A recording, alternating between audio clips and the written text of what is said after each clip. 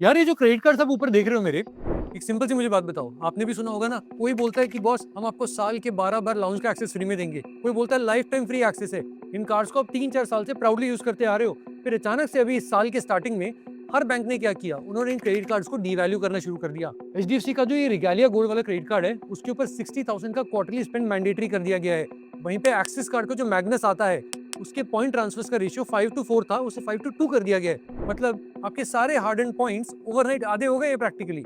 SBI ने lounge access को क्या किया, उसको सेट ए और सेट बी में डिवाइड कर दिया, और अच्छे खासे यूजर्स जो उनके थे उनको सेट बी में धक्का दे दिया, जहां बेसिकली एयरपोर्ट की कैंटीन जैसी सर्विस मिलती है।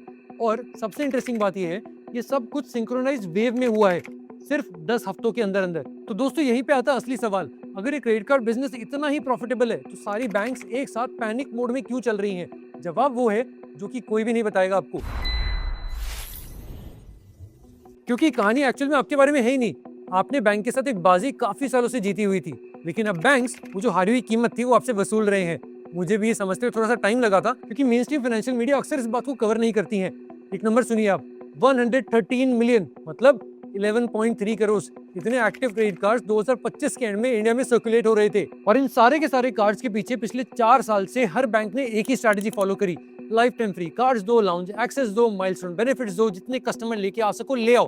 बैंक के हेड ऑफिस में इसका ऑफिशियल नाम था ग्रोथ एट ऑल कॉस्ट। लेकिन इंटरनल एक्चुअल मॉडल्स जो होते हैं आपके, जो कि एमडी और सीएफओ के डेस्क पे रखे जाते हैं, एक बहुत स्पेसिफिक अजम्पशन यहाँ पे बैठा हुआ था। एक ऐसा अजम्पशन जो कि यूएस और यूके के डेटा से डायरेक्टली कॉपी पेस्ट किया गया था, और वो अजम्पशन गलत था। यहाँ से शुरू होता है सारा खेल। बैंक्स का कैलकुलेशन बहुत ही सिंपल था कि बॉस इंडिया की जो मिडिल क्लास है ना, वैसे ही बिहेव करेंगे जैसे कि यूएस का मिडिल क्लास करता है। देखो यूएस में एक फिनोमिनन है, रिवॉल्वर्स। ये वो लोग हैं जो कि हर महीने क्रेडिट कार्ड का बिल फुल पेमेंट नहीं करते हैं, मिनिमम ड्यू को भरते हैं, बाकी अमाउंट कैरी फॉरवर्ड करते हैं, और उस कैरी फॉरवर्ड अमाउंट पे बैंक चार्जेस लगाते हैं 36 to 42% का एनुअल इंटरेस्ट, और यही बैंक्स का असली प्रॉफिट होता है। और यूएस के अंदर लगभग 45% of the credit card holders revolvers होते हैं। इसका मतलब बैंक का बिजनेस मॉडल सर्वाइव करता है उन लोगों की फाइनेंशियल इनडिसिप्लिन पे। इंडिया में ये मॉडल अज्यूम कर लिया गया था कि ये तो ऐसे ही चलेगा। हमारे बैंक्स ने सोचा कि यार life time free card distribute करेंगे, प्रीमियम लाउंज एक्सेस देंगे, कॉम्प्लीमेंट्री मूवी टिकट्स देंगे, तो लोग ज्यादा स्वाइप करेंगे, और उनमें से 30 to 40% लोग रिवॉल्वर बन जाएंगे, और उनका 40% इंटरेस्ट रेट इन सारे फ्रीबीज का कॉस्ट कवर कर लेगा। ये था पूरा का पूरा बिजनेस मॉडल। लेकिन हकीकत में क्या हुआ, इंडियन मिडिल क्लास ने प्रैक्टिकली ये वाला गेम खेलने से इनकार कर दिया। सबने तो नहीं, बट काफी सारे लोगों ने। लेकिन इतनी बात ही नहीं है, इस पूरी कहानी में एक और ट्विस्ट आता है। जो एयरपोर्ट होता है वो हम थोड़ी देर में देखेंगे।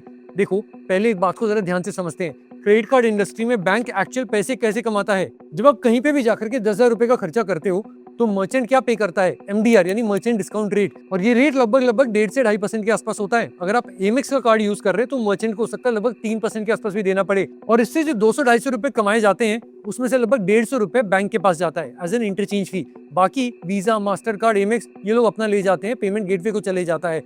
अब ये जो 150 रुपए बैंक के पास गए, उसमें से वो आपका कैशबैक भी फंड करेगा, 1 से 5% उसमें चले जाता है। फिर फ्रॉड के प्रोविजंस भी होते हैं, एनपीए होते हैं, उसका भी आपको प्रोविजन करना पड़ता है, ऑपरेशनल कॉस्ट भी है, कस्टमर सर्विस भी है, और जो इतने कार्ड आप आए दिन बेच रहे हो, इतनी जो बड़ी अपनी फ्लीट आपने बना रखी है, वो लोग जो सब कार्ड बेचते हैं, उन सबकी तनख्वाह भी इससे जाती है।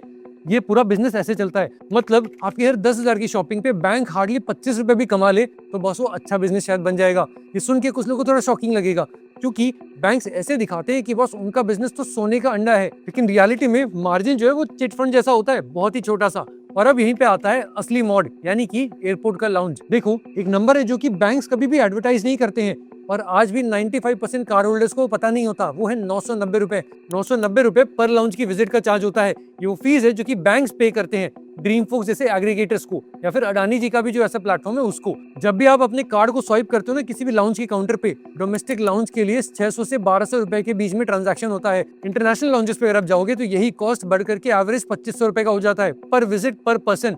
अब मान लीजिए आप साल में 4 बार लाउंज को यूज करते हैं, साथ में कुछ शॉपिंग भी कर लेते हैं, कार्ड स्वाइप भी कर लेते हैं, बैंक ने आपसे इंटरचेंज और कैशबैक के कॉस्ट के बाद आखिर कितना रुपए कमाया, लगभग 1500 रुपए के आसपास शायद।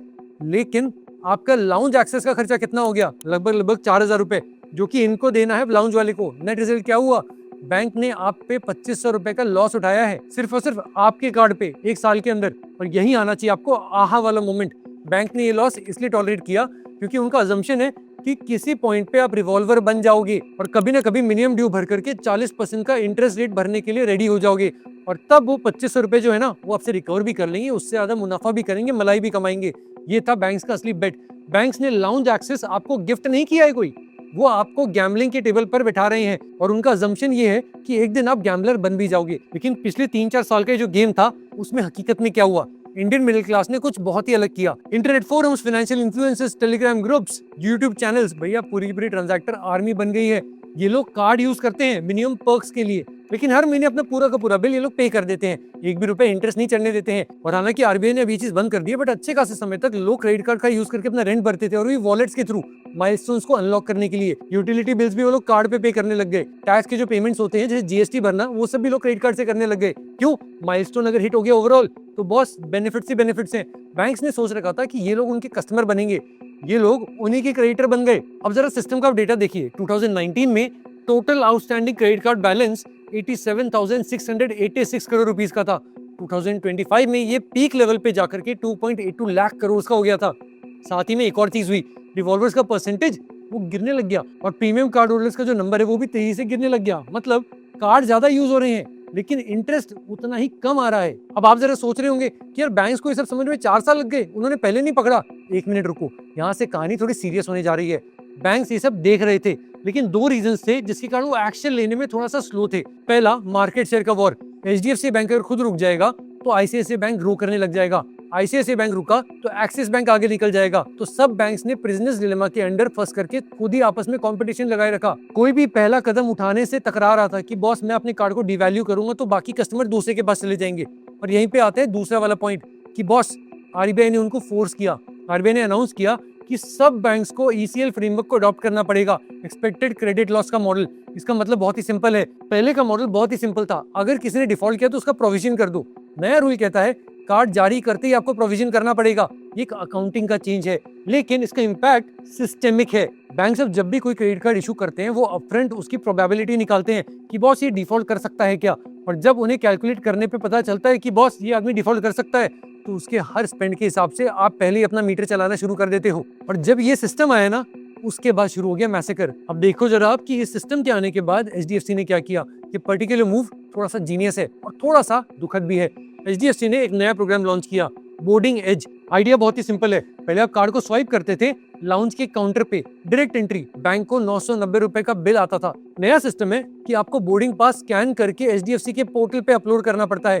वेरिफिकेशन लिंक के बाद 2 वाउचर्स मिलते हैं, लेकिन ये वाउचर एयरपोर्ट लाउंज के लिए नहीं है, ये है अराइवल सिटी में स्पा या फिर उबर राइड 750 या फिर होटल बफे। सुनने में लगता है वाह पर्क्स तो दिए हैं, लेकिन असली डिजाइन समझिए। पहला लेयर बोर्डिंग पास मैंडेटरी है, ये सबसे इंपॉर्टेंट पॉइंट है। मतलब जो लोग पहले लोकल लाउंजेस के अंदर जाकर के खा पी के आ जाते थे बिना किसी फ्लाइट के, वो सब कुछ अब कट होने लग गया है। दूसरा लेयर है अराइवल सिटी में रिडीम करना। मतलब ड्रीमबुक्स या फिर अडानी के जो लाउंजेस है उनमें 990 रुपीज पे करने की जरूरत ही नहीं। एचडीएफसी का अपना डील है उबर और आईटीसी के साथ में, बल्क वॉल्यूम पे वहां पे सस्ता पड़ता है उनको। तीसरा लेयर यहीं पे आता है और सबसे इंपॉर्टेंट है ये वाला, कितने लोग थके आ रहे फ्लाइट के बाद अपना बोर्डिंग पास स्कैन करके वाउचर जनरेट करेंगे। इंडस्ट्री टर्म है इसके लिए ब्रेकेज, मतलब वो पर्क्स जो कि ऑफर तो की गई हैं लेकिन एक्चुअल में रिडीम कभी नहीं की जाती हैं। अगर आप न्यूज़पेपर्स में इसके ऊपर पढ़ोगे आपको मिलेगा कि 40 to 60% वाउचर्स एक्सपायर हो जाते हैं। तो मार्केटिंग ब्रोशर में क्या दिखेगा, premium travel benefits maintained. Reality में बैंक ने अपना कॉस्ट काफी ज्यादा कम कर दिया है। ये एक मास्टर क्लास है बिहेवियरल इकोनॉमिक्स के बिजनेस इंप्लीकेशंस की। हाँ मैं मानता हूँ कि यार बैंक्स का राइट था, लॉस तो हो रहा था उनको और उनको एक्शन लेना ही था, और शायद वो सही भी है। कमेंट्स में बताओ क्या आपको ये सही लगता है कि नहीं लगता है। लेकिन एक बात समझना बहुत ज्यादा जरूरी हो जाता है। याद है हमने शुरुआत में एक सवाल पूछा था कि अचानक से ये सारे कार्ड्स एक साथ ही क्यों डिवैल्यू होने लग गए। अब जवाब आपको मिल रहा है। इन बैंकों ने आपको लाउंज का एक्सेस गिफ्ट में नहीं दिया था, उन्होंने आपको एक शर्त के साथ दिया था कि यार कल को कभी ना कभी तुम हमारे हाई इंटरेस्ट वाले रिवॉल्वर जरूर बन जाना। अब आपने समझदारी दिखाई और अब वो नहीं बने, लेकिन अगर बैंक के हिसाब से देखो तो यार वो शर्त आपने तोड़ दी और उन्होंने बोला कि यार इन्होंने तो डिसिप्लिन दिखाना शुरू कर दिया है, हमारा इससे कैसे फायदा बनेगा। ये तो अपने ही कम्युनिटी फोरम्स बना रहे हैं यूट्यूब पे, टेलीग्राम पे और सारी सही चीजें सीख रहे हैं। तो इन्होंने अपने फीचर्स को ऑप्टिमाइज करना शुरू किया। आपकी नजर में जो डिवैल्यू करना है उनकी नजर में वो ऑप्टिमाइज करना है, और एग्जैक्टली वही चीज हुई जो कि अभी हमने सारा कुछ यहाँ पे डिस्कस किया है। तो अब आपको इफेक्टिवली डिसिप्लिन की सजा मिल रही है।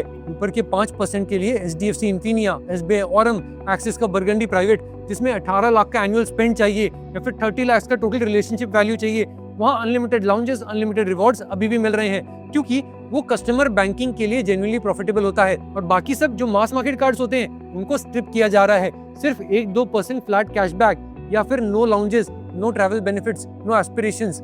एंड अगर ज्यादा कैशबैक मिल भी रहा है तो उसके ऊपर लिमिट लगा देते हैं कि महीने का इतने से ज्यादा टोटल कैशबैक नहीं मिलेगा आपको। तो मिडिल क्लास का जो फ्री लग्जरी वाला ड्रीम था, जो कि हर इंस्टाग्राम पोस्ट में दिखता था कि एयरपोर्ट लाउंज में जा रहे हैं, बफेस खा रहे हैं, या फिर ऑफ कोर्स फ्लाइट में बैठ रहे हैं इकोनॉमी के कॉस्ट पे, लेकिन ट्राई कर रहे हैं वहां पे बिजनेस क्लास, वो सारा का सारा चैप्टर अब बंद हो रहा है।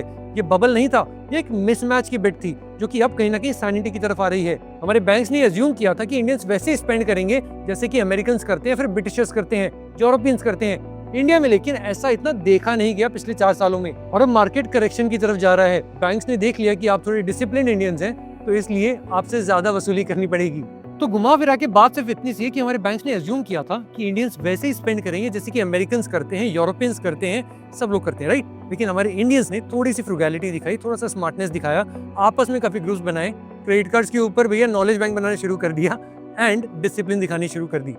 ऑफ कोर्स काफी लोग रिवॉल्व करते हैं अपना क्रेडिट, लेकिन मेजॉरिटी लोग नहीं कर रहे हैं, जिसके कारण बैंक्स को इतना लॉस हुआ पिछले कुछ सालों के अंदर कि अब वो अपने मॉडल को रिव्यू करना शुरू कर चुके हैं। ओवरऑल कहानी सिर्फ और सिर्फ इतनी सी है। इसी के साथ दोस्तों ये वाला डीप डाइव हम रैप कर रहे हैं, लेकिन सब्सक्राइब का बटन दबा देना और बेल आइकन भी जरूर दबाना, क्योंकि हम ऐसे इंसाइटफुल डीप डाइव लेकर के लगातार आते रहेंगे।